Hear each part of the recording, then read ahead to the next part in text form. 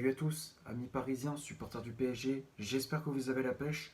Moi pour ma part, je vais très très bien, je suis très content de vous retrouver pour un nouveau débrief. On va analyser cette rencontre qui opposait le Paris Saint-Germain à Montpellier. C'est un match qui comptait pour la deuxième journée de Ligue 1 McDonald's. Victoire des hommes de Luis Enrique, 6 buts à 0 au Parc des Princes. Bradley Barcola avait ouvert la marque dès la 4e minute de jeu. À la 24e, Marco Asensio fait le break. 53e, Bradley Barcola a inscrit un doublé. 58e, but d'Achraf Hakimi. 60e minute, Warren Zaïre-Emery porte le score à 5-0. Et à la 82e, Kanguinli clôture ce festival offensif. Et avec ce résultat, le club de la capitale enchaîne avec une deuxième victoire de suite. Le classement de la Ligue 1, comme d'habitude, je l'affiche juste ici. Donc on est premier avec 6 points au compteur, 2 matchs de victoire, avec un goal average de plus 9. On a inscrit 10 buts en 2 matchs et on a encaissé seulement un but, c'était lors de la première journée face au Havre. Bon, on va parler de ce qui s'est passé durant ce match face à cette équipe de Montpellier. Globalement, c'est un match maîtrisé de la part des hommes de Luis Enrique. On a vu du pressing, de l'intensité, de la possession de balle. Ça jouait dans des petits périmètres, c'était très très propre techniquement, c'était vraiment agréable à regarder. Très rapidement, Paris qui ouvre le score dès la 4e minute grâce à Bradley Barcola sur une magnifique passe en profondeur de João Neves. Neves qui au passage a fait un très bon match. Le Portugais qui, comme je disais, lance dans la profondeur Bradley Barcola qui prend de vitesse la défense montpelliéraine. Il rentre dans la surface et enchaîne avec un pointard, comme on dit dans le jargon. Poteau rentrant, Benjamin Lecomte, gardien de Montpellier, est battu. 1-0, Paris qui prend les devants dès les premières minutes du match. Et très rapidement, on enchaîne, tu vois, on prend le dessus par rapport à cette équipe de Montpellier qui va progressivement dans le match, va sombrer progressivement. Et à la 24e, Marco Asensio qui fait le break. Barcola, encore une fois, sur le côté gauche qui a été incroyable avec ses dribbles osés. Il a fait tourner en bourrique cette défense montpelliéraine. Il était vraiment intenable sur son côté gauche. Il rentre dans la surface, décale dans l'axe pour le ballon pour João Neves. Et le Portugal, en touche de balle, trouve Marco Asensio dans la surface de réparation au point de pénalty. Et il ajuste parfaitement Benjamin Lecomte. 2-0, donc Paris qui fait le break. Montpellier qui à un moment donné avait une grosse occasion sur corner, mais il y a eu un très bel arrêt de Gigio Donnarumma. Mais à part ça, Montpellier n'était pas dangereux, il était inoffensif. Donc à la mi-temps, Paris qui mène 2-0. La deuxième période, ça ne s'arrête pas. Paris qui ne se contente pas du 2-0. On voit des Parisiens qui poussent pour mettre ce troisième but. Et à la 53e, Barcola qui inscrit un doublé sur une magnifique percée d'Ousmane Dembélé sur le côté droit. Le Parisien qui fait la différence avec sa vitesse. Et derrière, l'ancien Barcelonais centre pour Barcola qui marque dans le but vide. 3-0, Paris qui plie le match. Et puis ça continue, 60e minute, enfin 58e, pardon. Avant ça, il y a le magnifique but d'Achraf Hakimi sur un magnifique son de Nuno Mendes côté gauche. Le Marocain qui ajuste parfaitement Benjamin Lecomte d'une reprise de volée, plat du pied. Magnifique, c'est très propre, c'est très très juste. Techniquement, ce but, c'est à montrer dans toutes les écoles de foot. 4-0, puis 5-0 à la 60e minute grâce à Zaïre Emery. Magnifique but de la part du milieu parisien qui élimine un défenseur montpelliérain avant de rentrer dans la surface et d'ajuster Benjamin Lecomte. 5-0 et puis voilà, Luis Enrique qui fait des changements avec les entrées de Fabien Ruiz qui a fait une très très bonne entrée, la rentrée aussi de la nouvelle recrue Désiré Doué, l'ancien joueur du Stade Rennais qui a joué son premier match sous ses nouvelles couleurs, l'entrée de Kolo Muani et celle du sud-coréen Kanguinli qui sera d'ailleurs buteur à la 82e minute, magnifique but également de la part de l'ancien joueur de Valence qui, à l'entrée de la surface, reçoit le ballon. Une passe de Achraf Hakimi sur le côté droit pour Kanguinli à l'entrée de la surface qui enchaîne avec une frappe puissante, un peu enveloppée. Benjamin Lecomte est resté sur ses appuis. 6-0. C'est un match de tennis. Là, c'était un score de tennis. Là, Même Federer, je crois qu'il n'a pas gagné un match comme ça.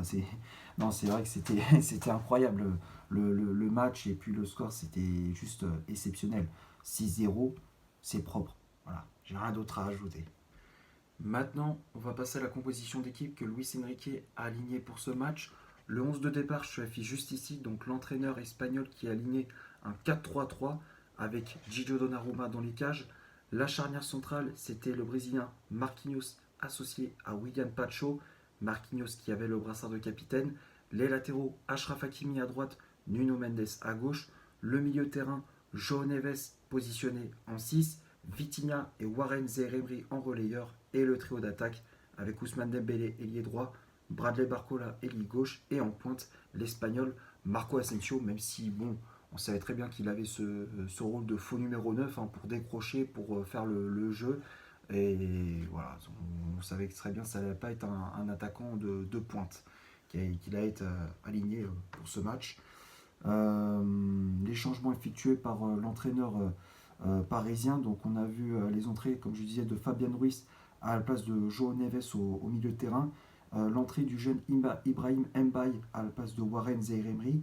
Désiré Doué, la nouvelle recrue parisienne qui arrive en provenance du Stade Rennais, qui est rentrée à la place de Bradley Barcola.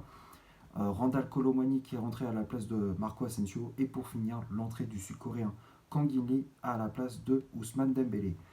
Que dire sur cette compo pas grand chose. Hein. On a revu pas mal de retours. On a vu le retour de Marquinhos dans l'11 de départ, celui également de Nuno Mendes.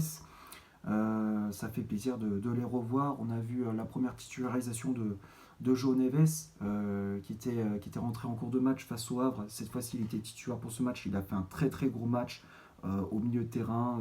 Techniquement, c'était très très juste. Sur les phases défensives, il était très costaud, il a récupéré pas mal de ballons.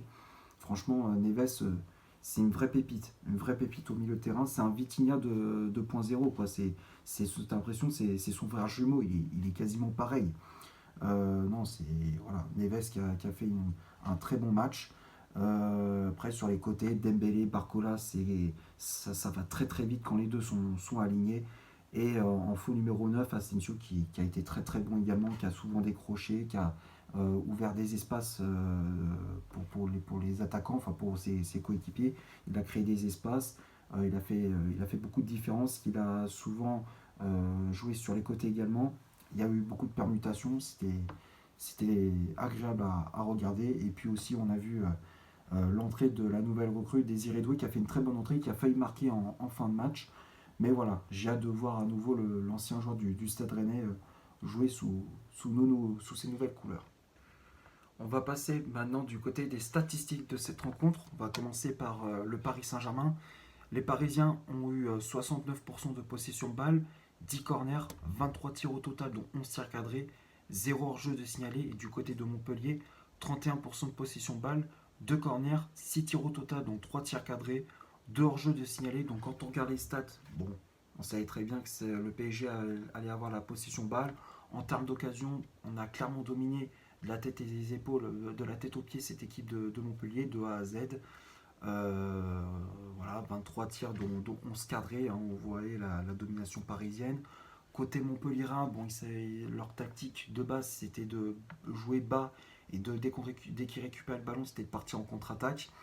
Malheureusement ça n'a pas fonctionné, ils ont eu quelques opportunités mais malheureusement ils ont manqué de réalisme. C'est dur pour Montpellier, je peux comprendre, hein, 6-0 quand tu prends ça dans la tronche en déplacement, c'est vrai que mentalement c'est compliqué. Voilà, en tout cas, j'espère que Montpellier, pour eux, ils vont se relever après cette défaite. On va finir la vidéo sur les tops et les flops de ce match. Pour moi, il n'y a aucun flop. Franchement, hein, il n'y a aucun flop. Tout le monde a été très très bon. Même les remplaçants, même Colomwani qui pourtant je tape souvent sur lui, a fait une bonne entrée. Il a pesé sur la défense adverse. Il a été décisif de son entrée. Pour moi, tout le monde a été bon. Donnarumma, il a fait un bon match. La charnière centrale, Marquinhos, Pacho, ça a été très très solide, surtout William Pacho qui encore une fois a fait un très bon match contre Le Havre, il a été très bon aussi. Là encore une fois, il renouvelle une nouvelle fois sa bonne forme. Pacho qui a été solide dans ses interventions, qui a posé son autorité. Avec Marquinhos, ça faisait un très très bon duo. Donc c'est pour ça que je le mets dans les tops. Hakimi, très bon aussi. Défensivement, il a été très costaud. Offensivement, il a été très bon aussi. Il a été buteur. Il a fait beaucoup de différence sur son côté droit. Les centres ont été très très justes. Il a apporté souvent beaucoup de dangers. Donc très bon match de la part d'Achraf Hakimi. Mendes aussi qui a été très très bon sur son côté gauche. Qui a fait beaucoup de différence. Qui a été passeur décisif sur le but d'Hakimi. Qui a été décisif. Défensivement très costaud. Il a fait beaucoup de différence. Les centres ils étaient justes. Techniquement c'était propre. Rien à rajouter pour la performance de Mendes. Le milieu de terrain, João Neves, incroyable. Incroyable João Neves. Il a été juste de la première jusqu'à la dernière minute. Dans les contrôles, les passes, les centres. Il avait une magnifique qualité de passe, magnifique vision du jeu. Il avait la vista, la vision du jeu qui était impressionnante. Tu voyais à chaque fois, dès qu'il avait le ballon, il avait toujours ce petit coup d'œil pour voir s'il n'y avait pas un coéquipier de libre. À chaque fois, ses passes sont des caviars pour ses coéquipiers. Hein. On l'a bien vu, le premier but pour Barcola, c'est un bijou, c'est un caviar ce qu'il lui fait, un cadeau pour Barcola. Le deuxième aussi, la déviation, une touche de balle pour Asensio sur le deuxième but, il est incroyable aussi. Non, c'est vrai que Neves, il est déjà à 4 passes décisives en 2 matchs, c'est quand même quelque chose. Franchement, j'espère que le transfert, on va pas le regretter. Enfin, pour l'instant, on le regrette pas. Neves, il fait du bon boulot. Donc c'est pour ça que je le mets dans les tops. Pour ce match, il a été très très bon. Vitinha, très bon aussi, comme d'habitude. Hein, toujours cette qualité technique, hein, toujours juste dans ses passes également. On le voyait dès qu'il est positionné plus haut, tu vois qu'il fait clairement la différence. Il apporte cette créativité que quand on le voit en 6. Alors quand il est en 6, il est très très bon. Mais quand tu mets plus haut sur le terrain, tu vois qu'il est encore plus efficace. Il est encore plus efficace dans ses passes, dans de l'agressivité pour récupérer des ballons. Il a toujours aussi cette vision du jeu qui permet au PSG d'avoir des espaces quand il fait des transversales sur les côtés, que ce soit pour Dembélé ou pour Barcola. Enfin voilà, Vitinha qui a été très très bon, Zaïre Emery également qui a été buteur, qui a fait beaucoup de différence, qui a apporté de la vitesse, de la percussion dans l'axe. À chaque fois dès qu'il avait le ballon, il faisait beaucoup de différence aussi et mettait à chaque fois en danger la défense de Montpellier. Très bon match de Zaïre Emery et puis les attaquants également. Dembélé qui a été bon, qui a été passeur décisif sur le deuxième but de Barcola. Voilà, beaucoup de différence, de la vitesse. Il a semé la zizanie dans la défense montpelliéraine.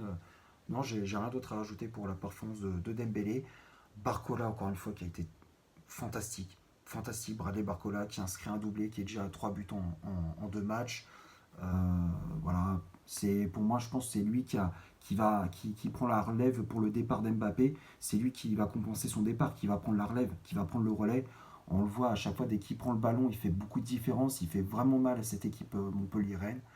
Non, Barcola, rien à rajouter. Franchement, il faut qu'il continue. Il faut qu'il continue. Et je pense que pour moi, Barcola, cette saison, il va être très très bon. Pour moi, enfin je l'espère, mais pour moi, ça va être sa saison. Bradley Barcola, ça va être sa saison. Il va enchaîner but sur but. Il va être décisif sur son côté gauche. Je l'espère en tout cas, mais je le sens que ça va être sa saison. Je le sens que ça va être sa saison, donc j'espère que ça va continuer. Et puis Asensio qui a fait un très bon match également dans l'axe, qui a été buteur, qui a fait beaucoup de différence aussi dans l'axe, qui a souvent décroché, créé des espaces pour ses coéquipiers. Voilà, très bon match de Asensio. Et puis les remplaçants, comme je le disais, Kolo Muani, Désiré Doué qui a fait une bonne entrée, qui a failli marquer en fin de match, comme je le disais, qui a été bon. Fabien Ruiz aussi, qui avait fait un très bon Euro avec l'Espagne. Encore une fois, il confirme sa bonne forme, sa confiance. Donc voilà, ça fait plaisir pour le collectif. Voilà, j'espère que le débrief vous aura plu. Si c'est le cas, vous laissez un énorme like. Tu t'abonnes, tu n'hésites pas à me dire dans les commentaires ce que tu as pensé du match et de mon débrief. Partage la vidéo sur tes réseaux sociaux, hein, Facebook, Instagram, Twitter, bref, enfin X si tu préfères. N'hésite pas à faire un tour sur mon compte Instagram. Comme d'habitude, je te l'affiche juste ici. Et d'ici là, portez-vous bien. On se retrouve pour un prochain débrief. Ciao.